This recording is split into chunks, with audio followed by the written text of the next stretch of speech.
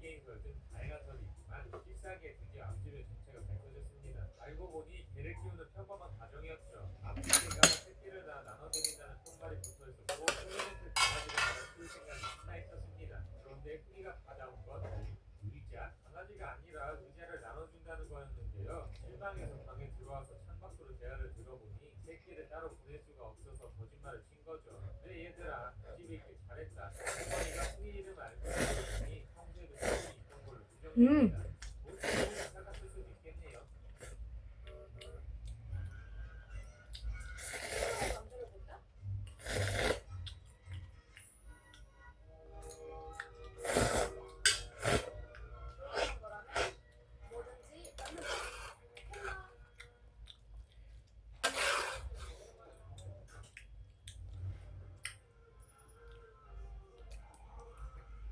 이렇게 오는 게 우리 스타일이지.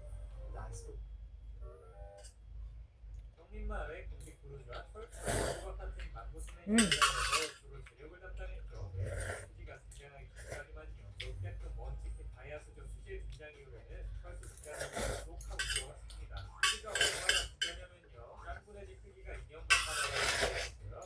동문에서 성강까지의 거리가 2km인데 시속 30km 기준으로 했을 때 최소 20km입니다. 10km는 기준 중량에서 중간까지의 거리인데요. 수지 1cm 작은 근육 파트에 초대받은 사람이 마당에서 잘한다고 해서 중원 레인저 부대가 수색하기도 했습니다. 마당 크기만 매장이 이 정도이니 말 다 했죠. 한 번은 프랑스로 전학 가려고 마음을 먹었을 때 구하기도 힘들다는 수직 청진기가 등장하고 프랑스 대통령이 환영 전화를 걸어오기도 했죠. 집에는 세계적 파티 세대에 참여했습니다. 최근 방영분에 스스로 만들어 놓은 국뽕 해변까지 등장했죠. 선생이 궁금해지는 수진의 부모님처럼 베일에 쌓여있는데요. 정말 부모님이 존재하지 않는 걸까요? 계속 끝봄에게 아버지 관련 협박을 하는 것 보면 존재하는 건 확실합니다. 엄마도 뒷모습으로 잠깐 등장했는데 선생님이 개발 사업도 한다고 하고 차트를 타산이라는 것을 운영한다고 한 걸 봤을 때 미국에서 여러 가지 사업에 투자를 한다고 생각할 수 있습니다. 그걸 봤을 때 원래 것들이 되어 보이네요.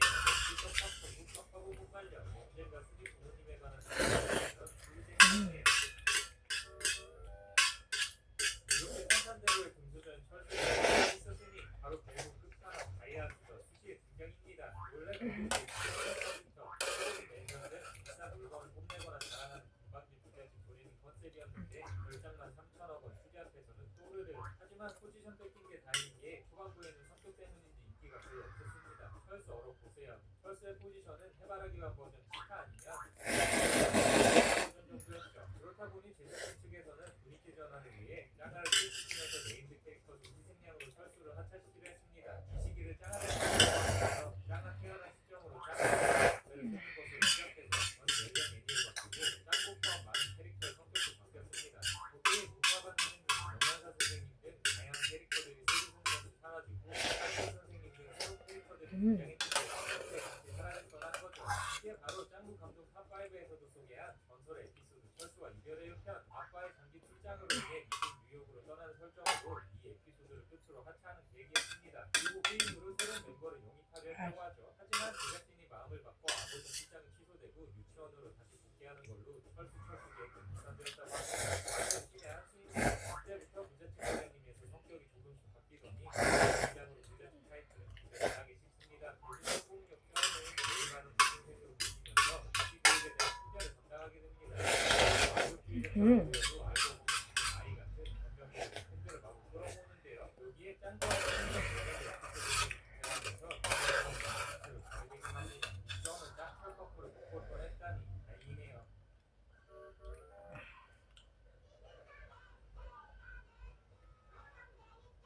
네, 이 세상에서 제일 가는 장난감 시절을 거쳐 그래도 지금은 이성을 찾았는데요. 예전에 장난감이 정말 장난 아니었죠. 프린세스로 갈아타면서 본격 성적 반열에 오릅니다. 파티 시절 덕질은 총 4가지 단계로 나눌 수 있는데요. 1단계, 덕 초기, 삶에 큰 영향을 주지 않는 선에서 피규어, 열쇠고리, DVD 등의 캐릭터 상품을 모으는 단계입니다. 그냥 취미할 게인 거죠. 철수의 프린세스 사랑 한번 보실까요? 2단계, 식적, 식주의 가장 대표적인 목표인 식, 음식을 명령하는 단계입니다. 프린세스 푸딩, 프린세스 케이크, 그리고 캐릭터 조시까지 밥 먹는 시간까지 프린세스 덕질은 3단계, 적, 본격적인 방까지 점령하는 상황인데요. 존나 맛있다. 피규어 중심대로 가득 차 있고 가기 전에도 인형을 끌어안고자 하는 단계입니다. 이게 심해지면 이래는 이렇게 되는 거죠. 와, 근데 이거 무섭다. 그리고 마지막 대망의 사람의 인정, 독실의 끝판왕이라고 불리는 모습의 코스프레로 캐릭터와 일치가 되는 겁니다. 예, 저도 나는 성덕이지만 코스프레까지는 안 해봤는데요. 펄스는 프린세스 팩 입을 때부터 조짐을 슬슬 보이더니 코스프레 세트로 기어이 완벽한 프린세스가 적응합니다. 어른스러운 척 하려고 이런 취향을 내게 생기는데요. 펄스 말고 모든 사람들이 다 알고 있다는 건 아니면 프린세스와 그 생활에다가 미래에 딱 걸린 적도 있으니까요. 그런데 이것도 집안들이 같은 게 한 번은 코스프레 하다가 현타온 철수가 본인 상담하러 엄마 방으로 갔는데 남자는 엄마를 발견하게 됩니다. 그럴 때 둘 다 잘 어울리는 건 탐정. 맹구의 트레이드마크 바로 콧물. 눈이랑 코만 보는데 다들 맹구로 보는 이게 하지만 콧물이 있다고 같은 맹구와 맹구 콧물은 다른 콧물과 다르게 맑고 투명한데요. 콧물이 없어졌던 날에 삶의 의미를 잃었다고 상심하고 무게 중심이 잃어서 비틀거리기까지 했습니다. 그럴 만한 게 그냥 콧물이 아니라 그냥 수준이죠. 콧물 엘리베이터, 콧물 무지개, 이런 하급제 모드부터 콧물 가위바위보, 콧물 콧물 극장판에서는 콧물 앞장도 부딪히죠. 콧물 상태에 따라 내는 걸 주는데요. 볼 때는 프로펠러처럼 빠르게 회전하고 줄 때는 얼고 설레면 아무 틀리죠. 그리고 설렘 시사례가 넘었을 때는 높이 들립니다. 술래잡기라는 짱구 맹구 최성화 선생님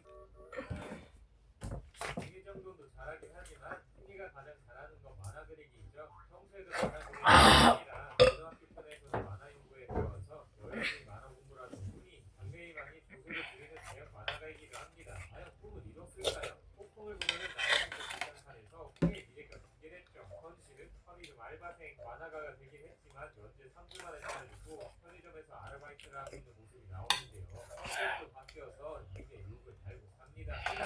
현실 부정 한 에피소드에서 유리가 그렇게 겁이 많아서 어른들이 어쩌려고 나로 웃자 가까이서 주는 돈을 받으면 살 거라는 색이 있는 대답을 하기도 했죠. 말이 진짜 됐네요.